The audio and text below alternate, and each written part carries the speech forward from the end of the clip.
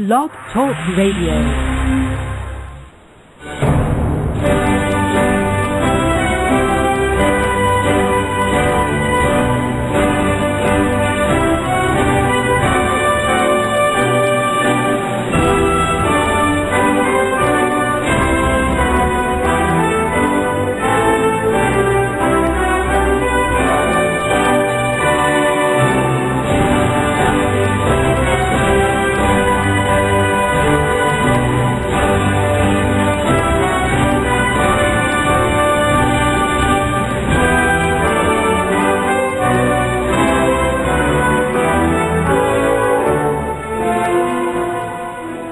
Amigos, estamos aqui de volta.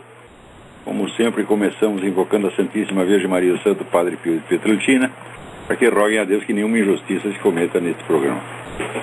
Queria avisar para vocês aqui que a livraria do Seminário de Filosofia está fazendo umas promoções de Natal com descontos nos livros do Maquiavel, o meu livro sobre Aristóteles, Jardim das Aflições e outros. E amanhã vai haver, 1º de dezembro, vai haver o curso do Zé Nivaldo Cordeiro, A Música do Apocalipse, Thomas Mann e a Lenda do Dr. Fausto. Informações no site www.cedetonline.com.br às 20h30. Online, online, não é livro. CEDETONLINE, não é .com.br.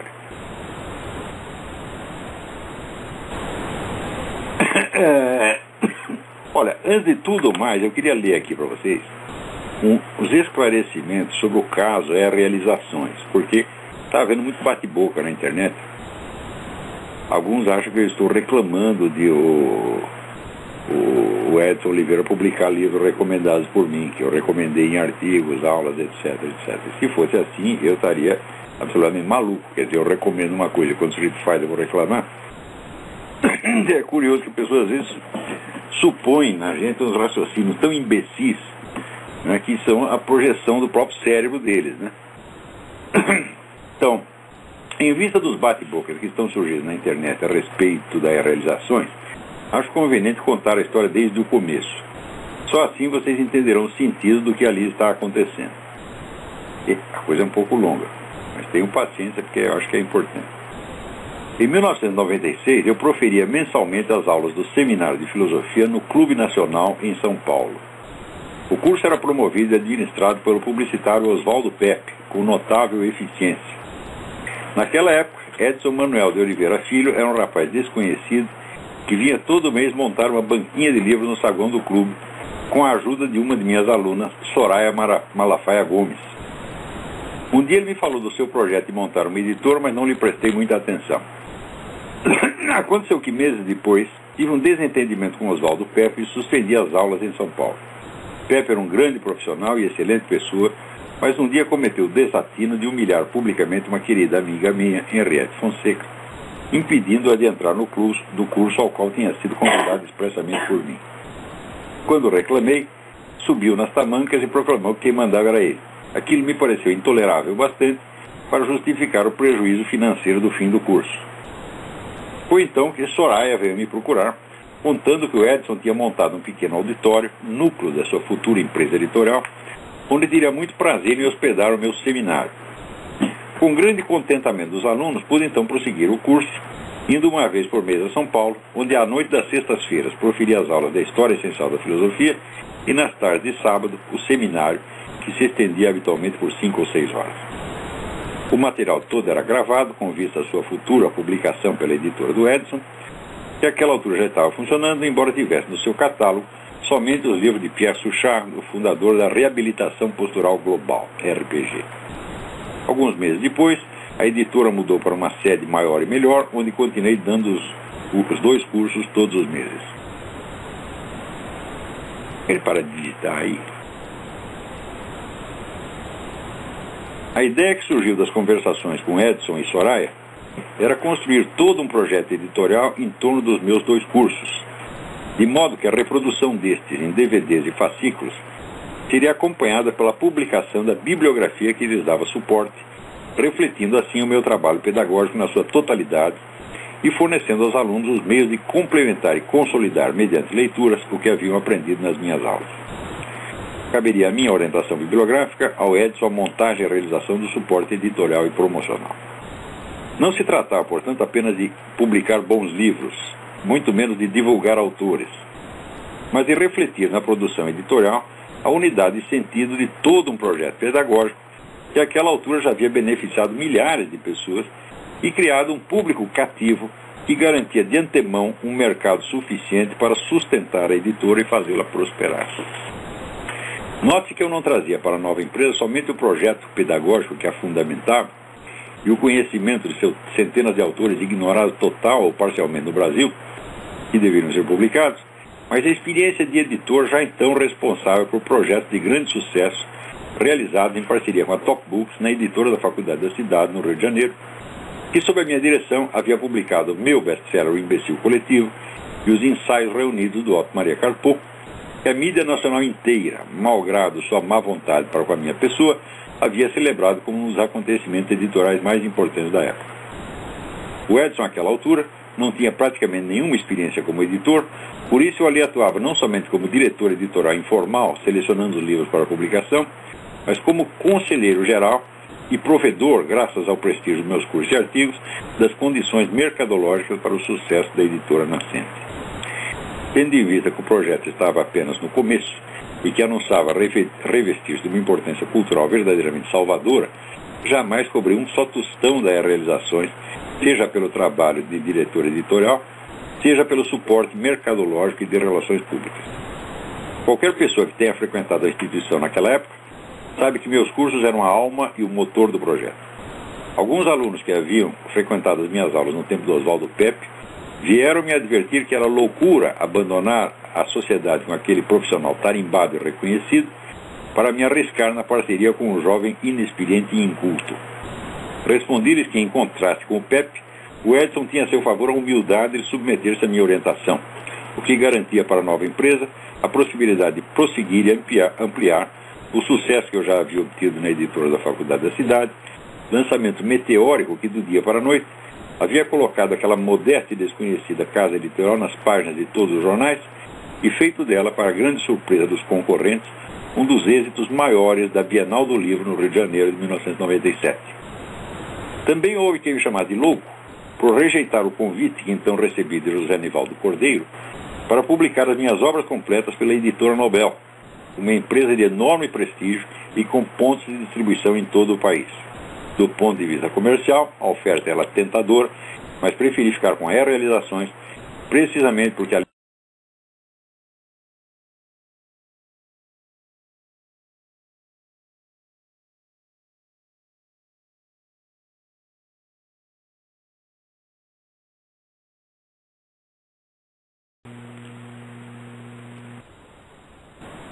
Então, já estamos reconectados, espero eu. Então, música que caiu aqui.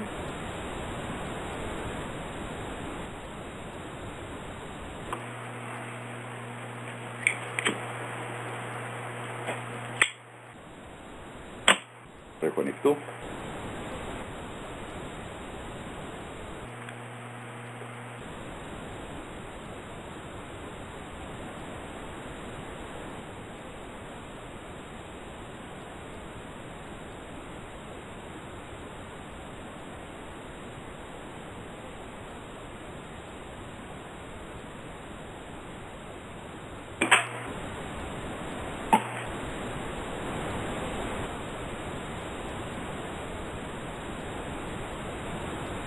Pronto?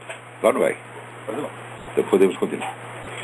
Então, eu vou repetir o último parágrafo, talvez alguém tenha perdido. Também houve quem me chamasse louco por rejeitar o convite que então recebi de José Nivaldo Cordeiro para publicar as minhas obras completas pela editora Nobel, uma empresa de enorme prestígio e com pontos de distribuição em todo o país. Do ponto de vista comercial, a oferta era tentadora, mas preferi ficar com as realizações, precisamente porque ali não se tratava apenas de publicar livros, mas de publicá-los como parte e sob a orientação de um projeto cultural mais vasto. Das obras citadas nas aulas, eu selecionava periodicamente para o Edson os de publicação prioritária. Quando se tratava de autores nacionais vivos, eu me incumbia também de estabelecer o contato pessoal entre eles e o Edson, de modo que adquirissem confiança no projeto editorial com base no respeito que sentiam pelo meu trabalho pedagógico e jornalístico. Quando comecei a escrever colunas semanais para o Globo e Época, isso ampliou formidavelmente o círculo de leitores potenciais para os livros planejados, praticamente garantindo de antemão o sucesso da editora. Nos lançamentos dos livros de Paulo Mercadante, Ângelo Monteiro, Mendo Castro Henriques, Mário César Flores e outros, o público presente constituía-se quase que inteiramente de alunos e leitores meus que ali estavam conscientes de não acompanhar somente a estreia de uma editora comercial, mas de participar de um trabalho cultural e pedagógico de imensa amplitude, cujos resultados lhes pareciam mais que promissores, dando à empresa nascente uma visibilidade e uma credibilidade que jamais teria por si mesma. Nessa época já fazia anos que eu trabalhava os textos do filósofo Mário Ferreira dos Santos, organizando-os e preparando-os para a futura publicação. Aí também a ideia nunca foi de simplesmente divulgar o filósofo, mas de, pela primeira vez, desencavar da barafunda dos seus papéis uma compreensão estrutural profunda do seu pensamento filosófico, tornando possível a sua inserção no universo da cultura brasileira, do qual permanecia miseravelmente excluído. O essencial desse trabalho de interpretação e exegese já estava feito desde muitos anos antes, na tese de conclusão de curso que eu apresentara ao padre Stanislau da dos Anjos, no Compefil, Conjunto de Pesquisa Filosófica da PUC do Rio de Janeiro, em 1988, e que mais tarde seria lançado pela ERA Realizações como introdução ao livro A Sabedoria das Leis Eternas. Os originais deixados por Mário raramente eram obras de próprio punho. A maioria, inclusive dos livros impressos que ele colocara à venda nas suas editoras Logos e Matese, constituía-se de transcrições cruas de aulas gravadas, com saltos e imprecisões monstruosos que às vezes tornavam a leitura impossível, requerendo do editor um sério trabalho de reconstrução textual, não raro na base daquilo que se chama tecnicamente reconstituição conjetural.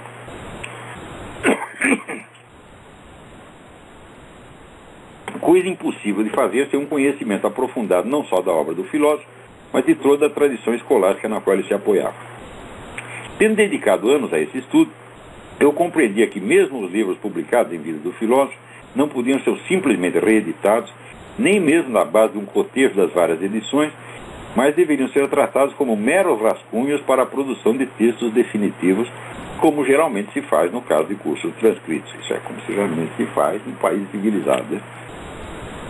Os exemplos que orientavam a minha concepção editorial aí eram o da edição canadense dos Topics on Education, de Bernard Lonergan, e de parte das Collected Works, de Eric Fögering, em que a reconstituição textual havia custado anos de esforço a toda uma equipe que conhecia profundamente o pensamento desses filósofos. Eu estava consciente de que no Brasil ninguém estava preparado para fazer trabalho similar com os textos do Mário Ferreira, exceto eu mesmo. Sabia também que não poderia realizar a tarefa sozinho e que precisaria preparar um grupo de meus alunos para que dentro de alguns anos pudessem participar do trabalho sob a minha direção. Logo antes de mudar para os Estados Unidos, meu último trabalho na ERA Realizações foi a conferência de apresentação do livro do poeta Ângelo Monteiro, Escolha e Sobrevivência. A plateia que lotava o auditório constituía-se quase por inteiro de alunos e ex-alunos meus, o que bem mostra a origem e fundamento do suporte mercadológico que possibilitava a existência da editora. Antes de viajar, deixei com Edson de Oliveira uma lista dos próximos livros que deveriam ser publicados. Na mesma ocasião, combinamos prosseguir o seminário de filosofia em transmissões pela internet. Então logo me instalei na Virgínia, começamos as transmissões, mas desde o início a coisa deu problemas, porque, contrariando as minhas recomendações, o Edson, em vez de usar algum programa simples de videoconferência, preferiu montar um esquema caríssimo e ineficiente, com equipamentos especiais, que acabou se revelando um desastre. Durante 2 anos, com paciência de beneditino, consistia em dar aulas que eram interrompidas a cada 10 minutos para reajustes do equipamento, abusando da paciência da plateia e fazendo-me perder 1000 vezes o fio da exposição. Semanalmente, eu repeti o conselho: jogue esse equipamento fora, demita o técnico e use algum programa simples, como Skype ou Ustream. Gradualmente, a plateia foi diminuindo de 100 para 80, 60, 30 e, por fim, 10 alunos. Aí minha paciência acabou. Com a ajuda do Silvio Grimaldi e do Luiz Felipe, montei o atual seminário de filosofia, que logo se revelou um sucesso espetacular, com um público fiel de milhares de alunos e aulas que prosseguem normalmente até hoje, sem qualquer problema técnico notável. Quer dizer, eu pulei de 10 alunos para mais de 1.000, né? E continua crescendo. Diante disso, o Edson teve então uma crise de ciumeira vaidosa, como quem imaginasse que era minha obrigação preferir antes o fracasso ao seu lado do que o sucesso por conta própria. Continuou pagando honestamente os direitos autorais dos meus livros e DVDs, seja dita bem da justiça, mas foi mostrando cada vez mais uma disposição teimosa de fazer o contrário do que eu lhe recomendava. A coisa chegou ao nível do insuportável.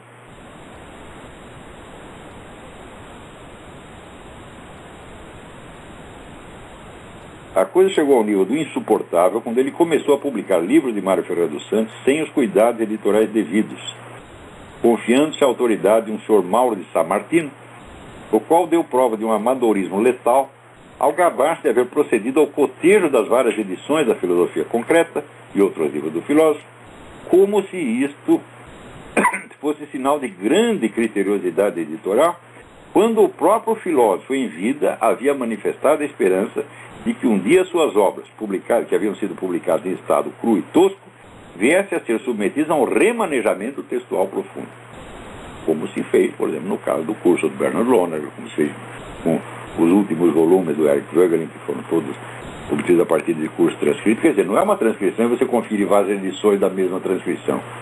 Então é um negócio inteiramente absurdo, né? Você tem que gerar um texto a partir do rascunho, a partir do material bruto, né? Quando o Edson me anunciou que havia comprado os direitos autorais de 50 livros do Mário Ferreira, a Enciclopédia das Ciências Filosóficas praticamente inteira, acreditei que ele teria o bom senso de confiar o trabalho de preparação dos textos a mim e ao grupo de alunos que eu estava treinando para isso, e que àquela altura já tinham 2 inéditos quase prontos. Um deles, a Teoria Geral das Tensões, indispensável para a compreensão da filosofia do autor. É uma série de notas que o Mário deixou assim, como que em fichinhas separadas, para ser montado. Quer dizer, o trabalho ali, primeiro, você tem que captar a verdadeira ordem dos textos, né? Segundo,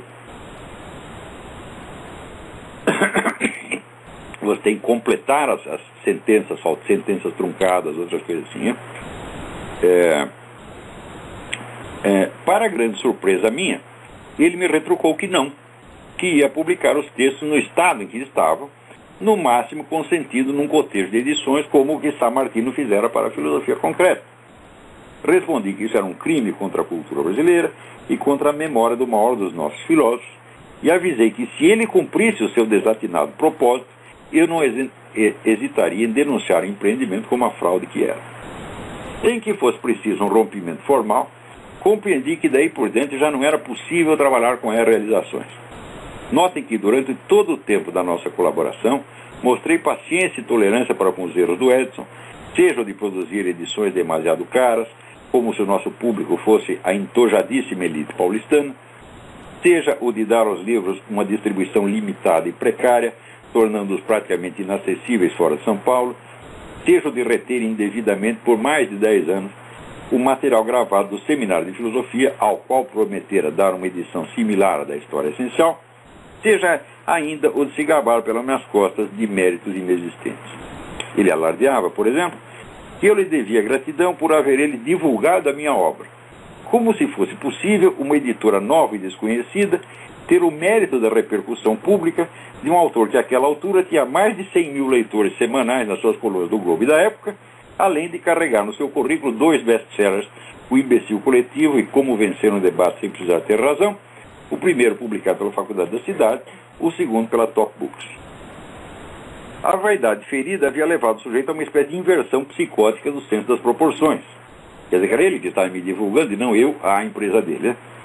Também engoli em seco quando ele pôs para fora da empresa, como se fosse coisa descartável, a Soraya Malafaia Gomes, que tanto o havia ajudado na fase inicial e mais difícil do projeto. Tudo isso havia tolerado em silêncio. Só o que me enfezou foi que a avidez daquele alpinista social se permitisse a leviandade de tratar a obra do Mário Ferreira como pura mercadoria para ser vendida às pressas, sem os cuidados textuais que a sua dignidade requeria. Também jamais reclamei, até esse episódio, de que uma editora montada como parte e instrumento do meu projeto pedagógico ostentasse suas glórias como se fosse mérito independente, sem jamais sequer mencionar o meu nome como seu orientador editorial.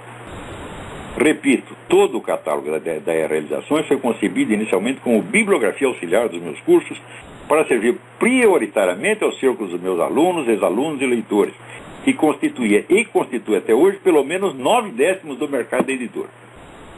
Qualquer editor tem o direito e até a obrigação de dar divulgação a autores mal conhecidos no seu meio, dos quais tenha lido ou ouvido menção em artigos de jornal, cursos e conferências. Bem diferente é o caso de um programa editorial que se concebe como parte e instrumento de um projeto pedagógico que obtém dele a sua lista de autores, a sua orientação cultural e até o seu público consumidor, e em seguida se apresenta como se fosse obra independente, autônoma, e nada deve ao autor do projeto que possibilitou a sua existência e criou as condições sociais e culturais para o seu êxito. E Edson de Oliveira nada me pagasse por isso, tudo bem, tenho outras fontes de sustento. E, porém, ocultar-se sistematicamente o meu nome no instante mesmo em que dá prosseguimento ao programa editorial nascido dos meus cursos é coisa de uma desonestidade e de um cinismo intolerável. Piores ainda, talvez, são os seus agentes e colaboradores que, pela internet, tentam dar a impressão que tudo não passou do caso normal e corriqueiro de um editor que ouve falar de certos livros interessantes e se apressa em publicá-los, sem precisar mencionar a origem fortuita de uma informação que poderia ter chegado por qualquer outro meio. Essa gente falsifica completamente o problema em discussão e atribui a uma empresa editorial os méritos que cabem ao projeto cultural e pedagógico que antecedeu, inspirou, formou e alimentou. Qualquer que seja o caso, estou feliz de que tantos livros importantes cheguem ao conhecimento do público, mesmo que por vias moralmente deploráveis. Como dizia Ronald Reagan, você pode conseguir tudo o que quiser, contanto que não faça questão de levar o mérito. Abdiquei do reconhecimento desse mérito por anos a fio e posso continuar a fazê-lo, pois afinal ele reflete apenas uma parte ínfima do meu trabalho. Se você tem 30 anos de trabalho como filósofo, escritor, jornalista, etc., bom, é claro que o mérito de você ter informado uma certa bibliografia para uma certa editora é mínimo, né? Então,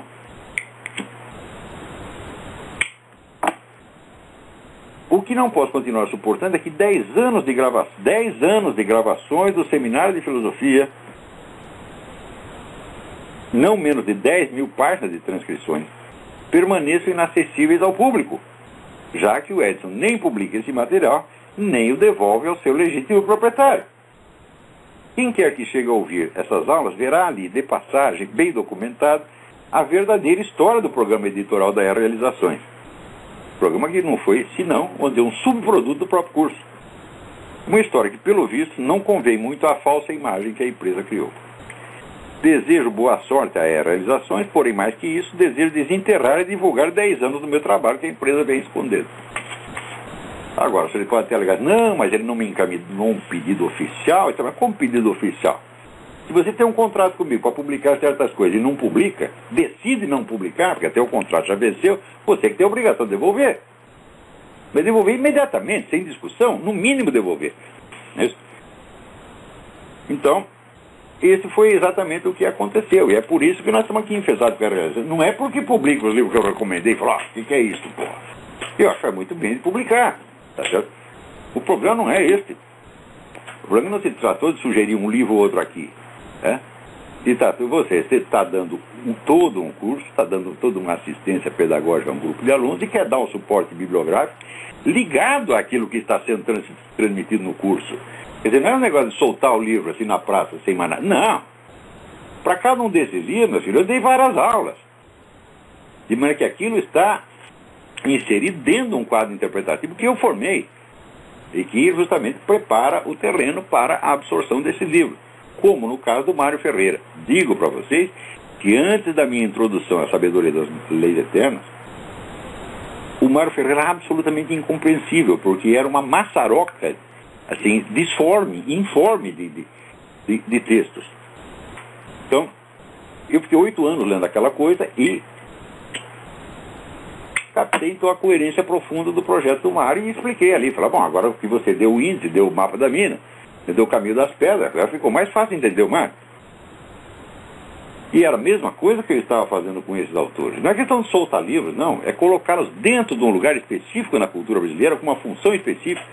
Ou seja, não é um projeto comercial, gente. É um projeto pedagógico. Né? Muito bem. Então, encerrado esse assunto.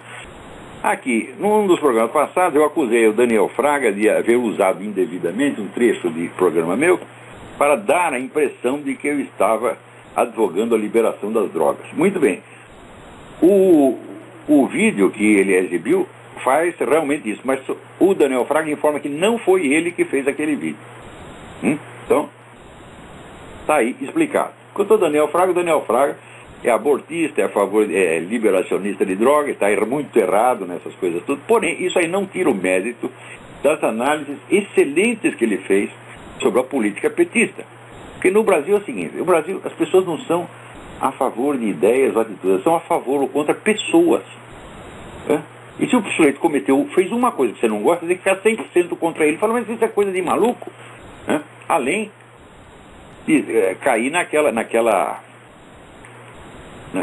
regra do Goethe, né? Que os senhores conversam sobre coisas e os escravos conversam sobre pessoas. Então no Brasil é tudo uma conversa de mentalidade escrava, de gente que assim, você não é a favor disso, daquilo, você é a favor de fulano ou a favor de ciclano. Você gosta do fulano? Quantas vezes me perguntam, você gosta do fulano? Você gosta do fulano? O que é isso, porra? Hã? Então isso aí é a pergunta que se faz quando é conversa de namoros, tá entendendo? Você gosta da fulaninha? Você gosta. Você gosta da fulaninha? Não, essa não. Aí sim, mas escuta, eu não estou aqui para namorar com o Emir Sader, eu não estou aqui para namorar com o Carnaval de Toledo, ou com qualquer outro desses camaradas, tá entendendo? Também não estou aqui para namorar com o Daniel Fraga, então não faz sentido perguntar se eu gosto dele ou não. Eu vou dizer uma coisa para você, eu gosto de todo mundo, menos os caras que eu cuspo em cima, tá? Eu pessoalmente não tenho absolutamente nada com o cara, contra o cara. Nada. Se eu estou descendo o cacete nele é porque eu quero que ele se corrija, porra. Às vezes, a correção implica humilhação. Só pela humilhação você vai se corrigir. Então é humilhação pedagógica. Aqui, está aqui minha mulher que está presente, minha filha está presente, elas são testemunhas. Eu nunca brigo por motivo pessoal. Por motivo pessoal, o sujeito pode vir, pode me sacanear, pode me roubar, quanto ele já não fez isso. É? Pode me chamar de filha da puta, pode me chamar de... Eu não... É engolir seco e resto pelo cara, quando acabou. Eu só entro em briga quando a coisa tem uma relevância cultural, moral, política ou religiosa excepcional. O Edson aguentei 1000 coisas sempre quieto. Quando ele mexeu no Mário Ferreira, eu falei, peraí, o Mário Ferreira não é questão de honra minha, é questão de patrimônio nacional, isso não é para brincar. Né? É sempre assim, quer dizer, se é por um motivo relevante... Meu filho, eu brigo, eu posso até matar e morrer, não me incomodo com isso. Agora, se é por coisa minha, eu tenho uma explicação muito simples, uma explicação metodológica para isso. Diante da imensa variedade das personalidades humanas, variedade do ser humano, é absolutamente impossível, é materialmente impossível que elas todas se harmonizem umas com as outras. Sempre você vai ter uma margem de conflito inevitável. Tá certo? Então isso quer dizer que a maior parte das coisas com que as pessoas ficam ofendidas não corresponde a erros morais objetivos, mas apenas a uma coisa que as desagradou. Ora, tem alguma lei, tem algum mandamento divino que diz é proibido desagradar o Olavo, ou é proibido desagradar o Carnaval de Toledo, ou é proibido desagradar o Daniel Fraga, qualquer coisa? Claro que não. Então significa que você desagradar as pessoas, pisar no pé delas, geralmente não é uma ofensa moral objetiva. O cara não está, a pessoa que faz isso não está violando nenhum mandamento, não está violando nenhuma lei, nada, apenas pisou no seu calo. É? Então, quando é esses casos, você tem que relevar, você tem que perdoar imediatamente. Não é nem perdoar, fala, não há nem o que perdoar, isso aí é uma bobagem. É? Então, reserve a sua ira para as coisas que têm importância objetiva, porque daí você vai amar o que tem de ser amado, odiar o que tem de ser odiado, e não ficar distribuindo amor e ódio a esmo de acordo com, né, os pulinhos que os espermatozoides estão dando dentro do seu saco. Não deixe o seu espermatozoide tomar a decisão por você. O seu espermatozoide, o seu óvulo, sei lá, qualquer porra, tá entendendo? Né? A sua bile, qualquer fator orgânico. As pessoas se irritam, realmente, eles têm uma irritação corporal. Eu vi esse pessoal que escreve contra mim, quantas vezes Eles não dizem, não, isso aí me embrulha o estômago, me dá ânsia de vômito, eu fico doente. Quer dizer, eles expressam uma repugnância física pela minha pessoa, a qual jamais se aproximaram. Né? Então, claro que isso é sintoma de histeria, meu Deus do céu. E é por causa disso, eles querem optar entre pessoas, querem amar ou odiar. Ora, meu filho, seus amores de ódio não são da minha conta. Hein? Vão contar isso lá na sua casa, vai contar para sua sogra, vai contar para sua mulher. Eu não quero saber dessa porra, tá entendendo? Vão conversar coisa séria, coisa elevada. Né? Então, os camaradas, por isso é o seguinte, por isso é que só escrevem besteira, né? Então, olha aqui, cada coisa que acontece, eu vou ler para vocês aqui um artiguinho que eu acabei de mandar para o Diário do Comércio. Não, a transmissão está normal. Tá? Então, tá bem. Tem alguém na linha? Alô, quem é? Boa noite, senhor Olavo. Aqui fala o Lucas. Tudo bem? Tudo bem? Olavo, acho que há uns 2 programas atrás você falou da questão, né, de onde vem o dinheiro lá para os jornais da mídia nanica. Aí eu estava pensando aqui, até dando risada, né? É verdade que você recebe da Mossad, da CIA e do Tipari? Recebo, rapaz, tô aqui rico pra caralho. Ó, tem um montão de dinheiro. Só tem o seguinte, os filhos das putas não me disseram em que banco que eles põem dinheiro. E esse pessoal comunista também fica me enchendo o saco e não me diz onde tá porra, o dinheiro que eu vou lá pegar. Olavo, mas até da Mossad, cara. Porra do Leandro Konder. Diz que eu recebia dinheiro da tia. Eu falei, recebo sim, agora me diz onde tá, porra. Fica todo esse dinheiro atrás. Olavo. Eu lembro do Carlinhos Brickman. Carlinhos Brickman era um jornalista do Jornal da Tarde, né? Que era um homem de 2 metros por 2, um sujeito muito engraçado. Ele via protestando.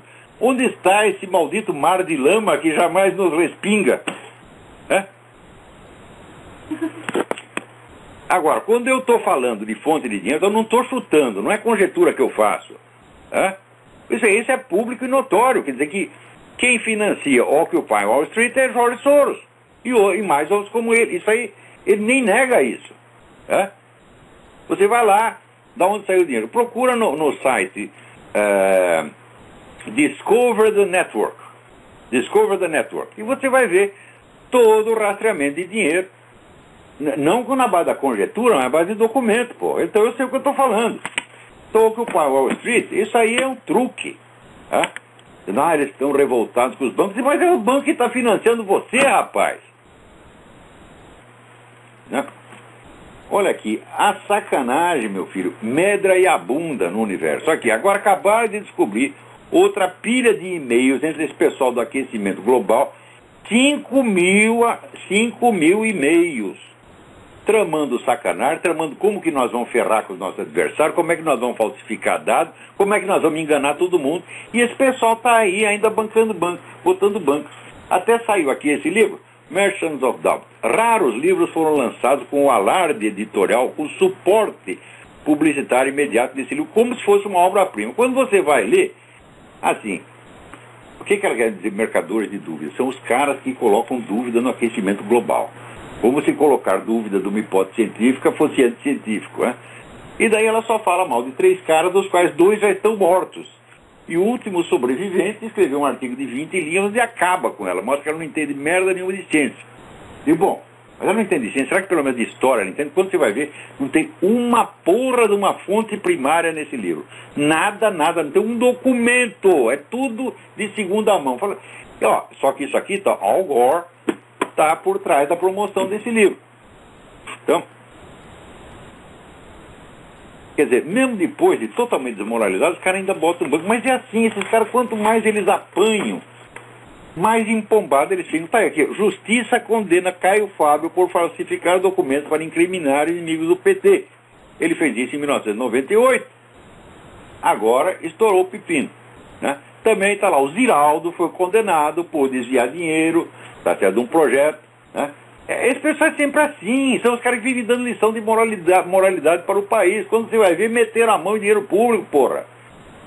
Ou então ganharam dinheiro para fazer uma fraude como essa. Ora, porra. Ora, o meu dinheiro eu sei de onde sai, eu sei de onde vem. O meu dinheiro vem do meu trabalho jornalístico, vem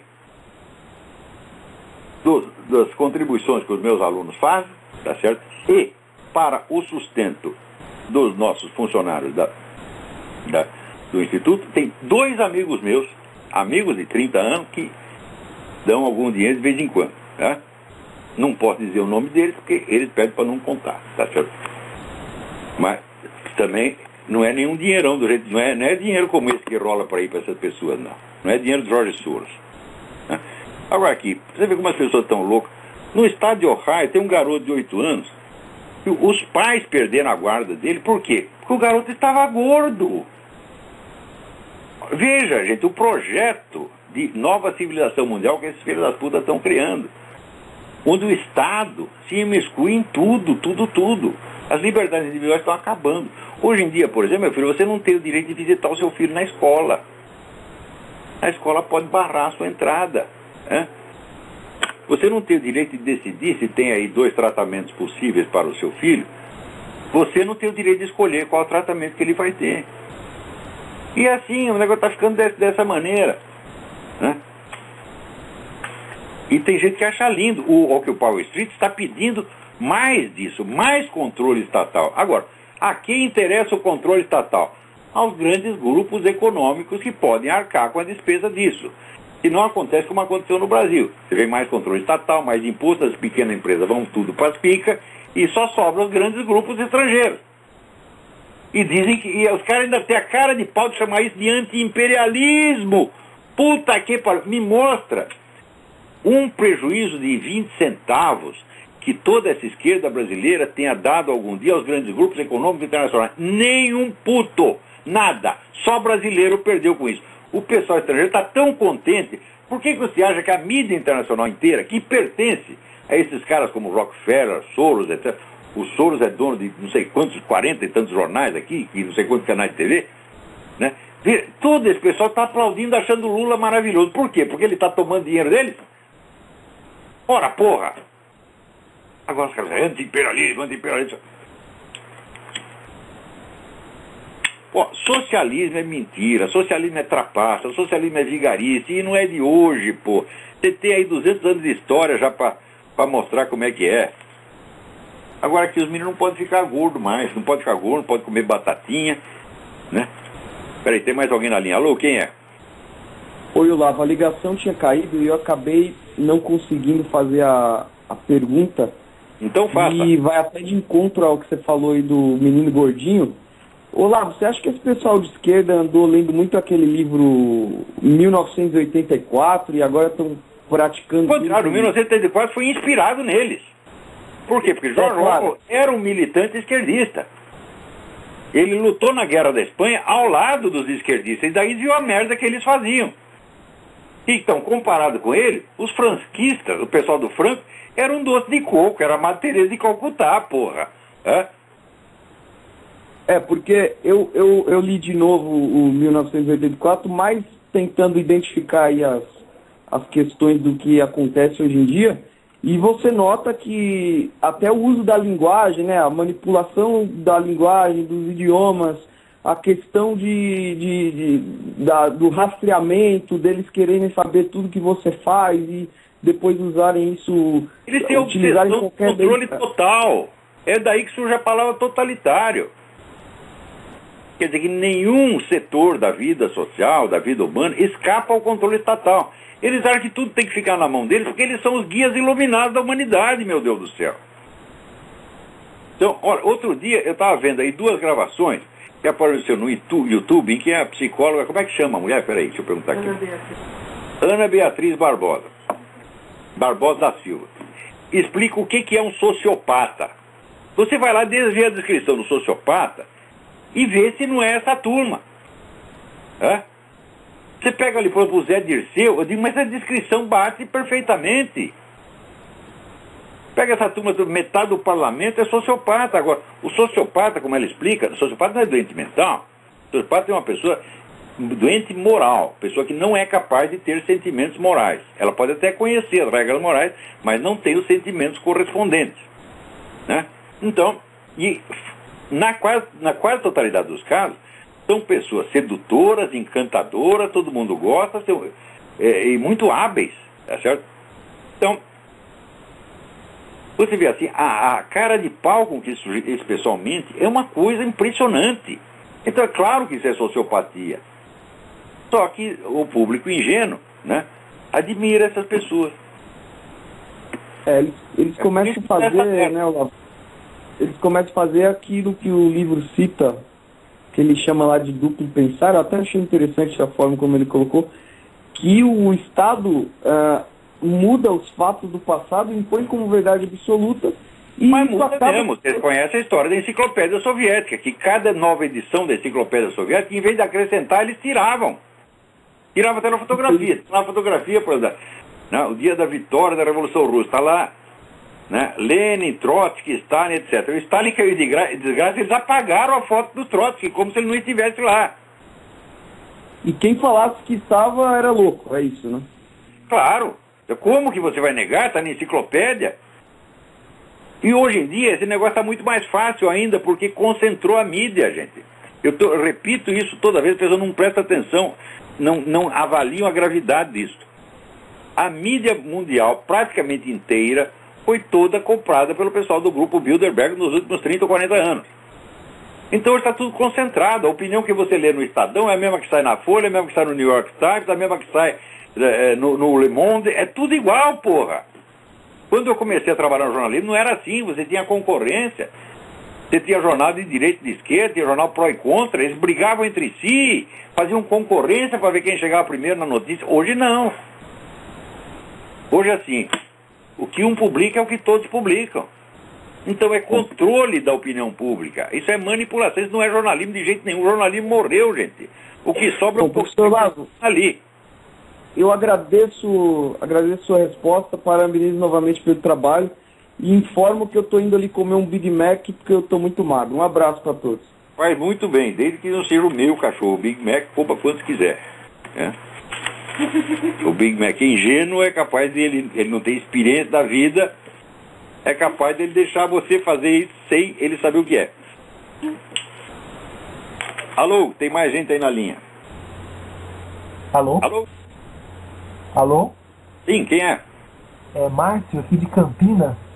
Márcio de Campinas, minha terra. Tudo bem aí? Oh, tudo bem, professor? Tudo jóia. Professor, deixa eu, rapidamente aí, eu sou aluno de engenharia na Unicamp e como o senhor vem falado sempre aí, né, o senhor sempre diz que tá tudo dominado lá mesmo pela esquerda, né? Outro dia eu estava passando na faculdade, a mocinha do DCE chegou para mim e falou: você já votou nas eleições do DCE, né? Eu falei: ainda não, quantas chapas são? Elas são duas. Eu falei: qual que é a conservadora de direita? Ela olhou com a cara assim de, nossa, como... Ela nem sabe o que é isso, uma chapa de direita? Faz mas quantos anos isso? Agora, acontece o seguinte, na Universidade do Paraná, a direita ganhou uns anos atrás, agora no 11 de agosto ganhou, na Universidade Federal de Minas Gerais. Quer dizer, esse pessoal encheu tantos... Ninguém no Brasil quer fazer um movimento direitista, mas esse pessoal enche tanto saco que eles estão criando uma direita. Por pura reação, porra. Exatamente, mas eu joguei essa pra ela. Mentira atrás de mentira, trapaça atrás de trapaça, o saco nacional não aguenta mais. Eu disse isso pra ela justamente para ela ter essa reação aí, né? E depois eu disse pra ela: bom, então eu não tenho com quem me Não é nem com o pessoal que é direitista, que eles não aguentam mais. Exato, exatamente. E ainda eu falei pra ela, perguntei: olha, então não tem como eu ser representado. Ela falou: não, olha, eu não sou de esquerda, ela falou, mas eu tenho bons argumentos. Eu falei: peraí, você não é de esquerda? Você é a favor da polícia no campus? Ela falou: claro que não. Eu falei: bom, então desculpa, mas você é de esquerda, né?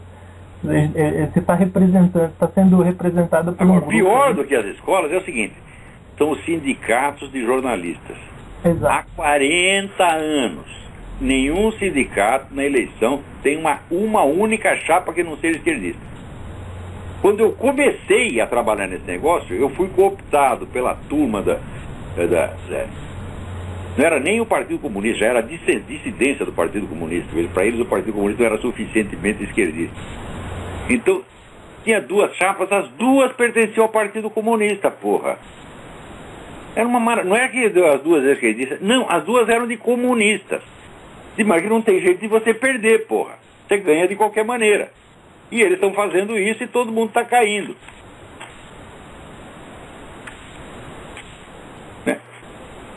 Será que dá tempo de eu ler aqui um artiguinho? Olha aqui, aqui, em Miami, o chefe do Occupy Miami, né, é também o chefe da campanha Nuke Israel, soltar uma bomba atômica em Israel, e o lema dos caras é o seguinte: judeus, voltem para os fornos. Esse é o chefe do Occupy Wall Street. E são esses os caras que chamam os outros de nazistas, de fascista. Vai tomar no seu cu, porra.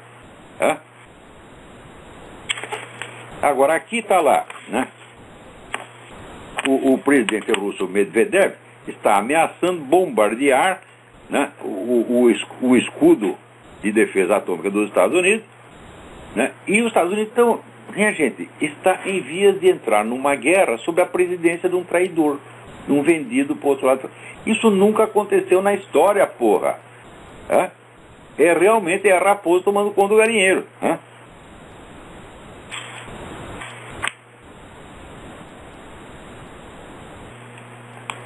Agora aqui, está aqui muita gente reclamando, né, que a igreja está se metendo em política. E estava aí o Zé Dirceu reclamando: não, nós não temos, o PT não tem nenhum jornal de circulação nacional. Escuta, meu filho, a igreja católica chegou no Brasil 500 anos antes do PT. Existe um jornal católico de circulação nacional? Existe um diário católico? Não tem até hoje. Então, se a igreja que chegou muitas vezes, que construiu esse país, que criou esse país, não tem, por que vocês têm a mais melhor que a igreja? E o pior é o seguinte: o pessoal do movimento gay fica reclamando: não, essa turma está misturando religião com política. Meu filho, você está misturando fantasia sexual com política, porra! O que a política tem a ver com os fatores que levantam ou baixam o seu pau? Tem que é um assunto mais particular do que esse, né? Então, peru, meu filho, é uma coisa que você só mostra a pessoas que estão muito interessadas, você está entendendo? O que não é o caso do distinto público. Então ninguém quer saber os motivos da sua ereção. Você tá, eu fico, né, excitado com, sei lá, eu vejo hipopótamo, né? Fico um tesão danado, né? Eu vejo um buraco de fechadura, não aguento. Eu vejo eu mesmo, eu me olho no espelho, tenho que tocar uma punheta. Meu filho, são fantasias sexuais. Se você tem atração sexual por homem, por mulher, por gato, por cachorro, por elefante, é problema seu. O que isso tem a ver com política? Agora, a religião tem que ver com política porque ela é a base da moral que é seguida pela quase totalidade da população brasileira. Então ela tem o direito de opinar na política, sim, tem o direito e a obrigação. Agora aqui, chegou uma pesquisa, né, eu já até comentei, de que quanto menos nós sabemos, menos procuramos saber. Eu digo, mas isso aí está mais do que provado, porra. O brasileiro não quer saber nada, por quê? Porque ele já não sabe nada, né? Então, tudo o que eu falo nos meus artigos, no rádio, etc., sempre aparece um ignorante que nunca ouviu falar daquilo e por nunca ter ouvido falar, acha que é um absurdo, né? Isso é o que se chama na retórica antiga argumentum ad ignorância. Quer dizer, a sua ignorância do caso passa a ser prova da validade das suas opiniões, né? Agora, aqui, eu tenho que ler isso aqui para vocês. Aqui, acabei, né, a respeito do seu Caio Navarro de Toledo. Eu escrevi 2 ou 3 artigos a respeito, mas eu vou ler um aqui para vocês. O artigo chama-se Pé de Banana.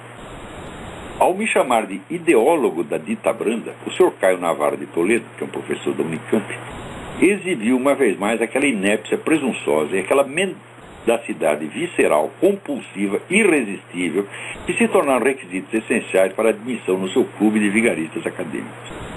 Ele mesmo, ao reproduzir no seu artigo um trecho de discurso meu, no qual eu expressava arrependimento de haver apoiado os esquerdistas no tempo da ditadura, fornece a prova documental de que não posso ter sido ideólogo, nem propagandista, nem mesmo admirador passivo de um regime cujos méritos, que seus crimes empanam mas não suprimem, só vim a reconhecer muitos anos depois da sua extinção. O homenzinho se mela todo e segue em frente com a pose triunfal de quem não houvesse expelido da cachola um cocô e sim um diamante. Almas caridosas podem alegar que talvez ele tenha querido dizer ideólogo retroativo, ideólogo atrasado de um regime esquecido. Se foi isso, tanto pior. pois é contraditório com a definição mesma de ideologia, a qual supõe a existência de uma possibilidade concreta de ação política que os mortos não têm. Trazer de volta o governo Costa e Silva ou Médici não é ideologia, é espiritismo. Todo o arremedo simiesco de raciocínio que o Sr. Toledo apresenta no seu artigo é baseado na premissa monstruosamente imbecil de que comparar crimes menores e maiores é aprovar e aplaudir os menores. Se fosse assim, ô infeliz, o princípio fundamental do direito penal moderno, a proporcionalidade dos delitos e das penas, seria a pura apologia dos pequenos delitos. Como diria o Reinaldo Azevedo, dá para entender ou quer que eu desenhe? Curiosamente, ao impor que o regime de 1964 seja odiado ou adorado no todo, sem as nuances e atenuações que a ciência histórica exige, o homem que me chama de ideólogo estampa na própria testa o traço mais característico e mais repulsivo do propagandista ideológico: a compulsão de aprovar ou condenar em bloco, sem concessões à complexidade do real. A recusa peremptória de enxergar até as qualidades mais óbvias e patentes do inimigo. Falando da esquerda pós-64, denuncio persistentemente seus crimes, mentiras e desvarios, mas nunca deixei de louvar, por exemplo, sua capacidade de autorrenovação, a rapidez e seriedade com que reagiu intelectualmente ao advento do novo regime. Qualidades que faltam por completo à direita brasileira, ainda atônita e desnorteada 20 anos depois de cair do cavalo.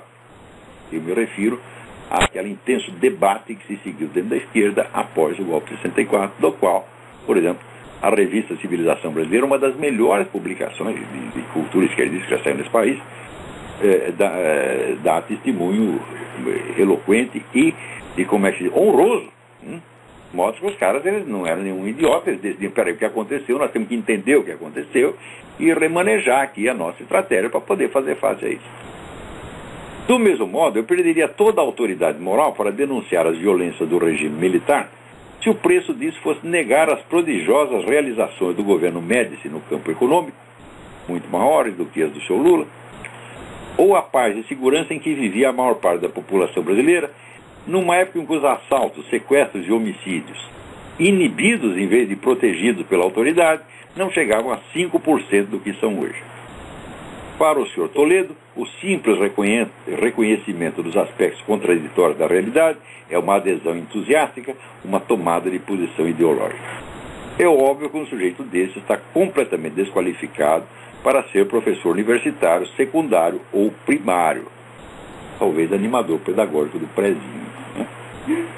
Seria doce ilusão esperar que uma mente tão tosca e esquemática percebesse a inexistência, na minha atitude para com os comunistas, daquele mimetismo repulsor que, segundo René Girard, caracteriza os ideólogos de partidos inimigos.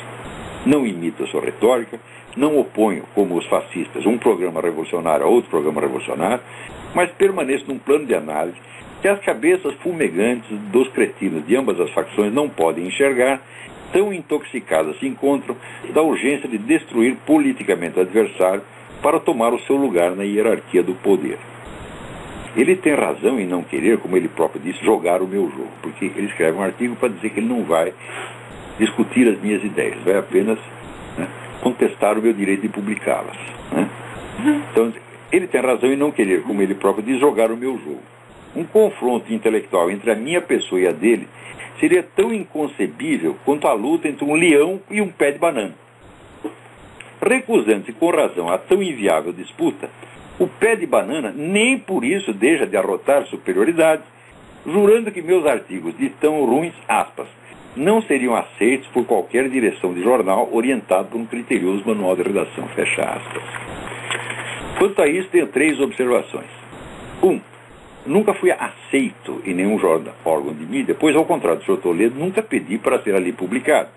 Fui, ao contrário, sempre convidado, e justamente por pessoas que julgaram dever fazê-lo porque haviam lido os meus escritos. 2. O Sr. Toledo diz que só escreve em blogs, mas estou aqui lhe oferecendo uma prova fisicamente visível de que escrevo no Diário do Comércio, sob a direção de Moisés Rabinovich. Sem favor nenhum, um dos mais competentes jornalistas brasileiros de todos os tempos. Caio Navarro de Toledo, dando lições de jornalismo a Moisés Rabinovich, é o Tiririca ensinando matemática a Kurt Gödel. 3. Não sou um orgulhoso que despreze a opinião alheia, mas quando quero um julgamento do que faço, prefiro perguntar a quem sabe. Os maiores escritores brasileiros, Jorge Amado, Carlos Heitor Coni, Herberto Salles, Josué Montello, Antônio Olinto, Bruno Tolentino, Roberto Cunha Mello, Ângelo Monteiro, Ariano Suassuna e não sei mais quantos, sempre foram unânimes em louvar, nos termos mais entusiásticos, o meu manejo do idioma, mesmo quando discordavam de alguma das minhas opiniões. Em face disso, pergunto ao Sr. Toledo que raio de manual de redação é esse que ele andou consultando. Suspeito que foi o manual do seu Creyson. Veja, seu Creyson, Vidia e Óbria na Deciclopédia. Então, por hoje é só. Até a semana que vem. Muito obrigado.